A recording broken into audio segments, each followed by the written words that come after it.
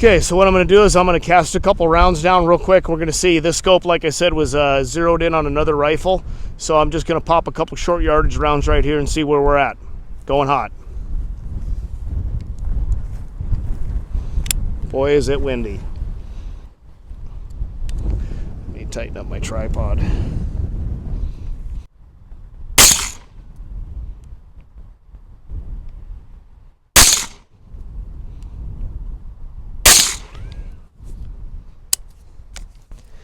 All right, let's walk down range, see where we're at.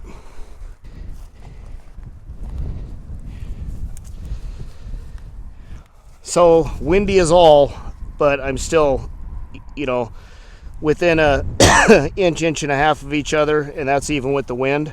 I'm gonna pop off a couple more, try to really focus on shooting one little spot on that hand warmer, see if I can't tighten it up.